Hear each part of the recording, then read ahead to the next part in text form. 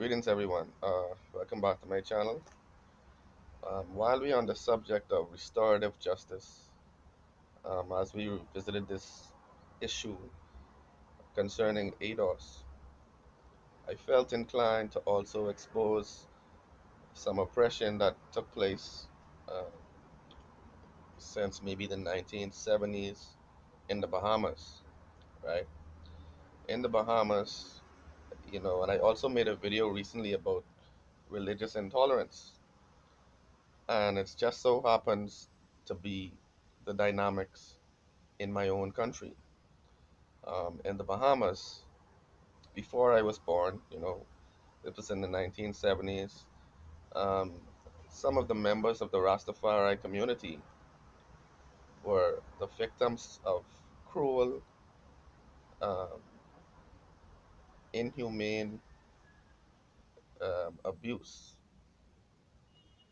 In the Bahamas, black Bahamians were actually very abusive of other black Bahamians.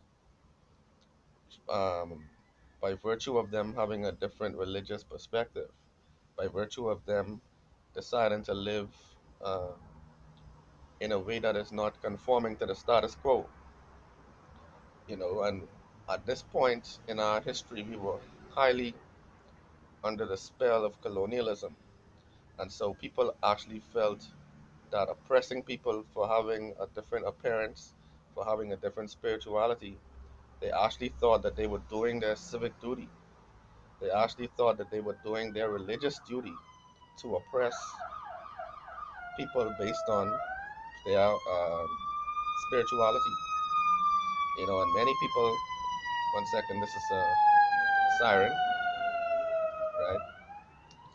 But many people were actually killed by the police for having a different religion, for having a different spirituality. The police actually killed many Rastafarians. The police used torture tactics in the Bahamas in which they would cut a person's hair on the streets. Mutabaruka actually came here, and if he didn't have a Jamaican passport, he would have been trimmed by the local police here in the Bahamas. And this was also in the 1970s. Around that time, and this is going into an issue related to America once again, because apparently um, Ronald Reagan, uh, during his presidency, was very adamant about black conscious organizations being infiltrated, being um, attacked, the membership discredited, and so looking at the Caribbean, he saw that there was an indigenous movement of peaceful Rasta people organizing themselves. And what he did, he informed the prime ministers of the countries in the Caribbean to be on the lookout for these types of organizations because there was no precedent for them at this time.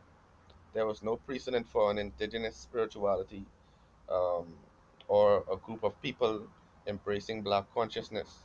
Beyond the UNIA in the Caribbean, the Rastafari movement was the only indigenous spirituality that was, um, I guess, arising at that time. And so basically, many Rasta people were in the streets, and they had to wear hats, sort of like this.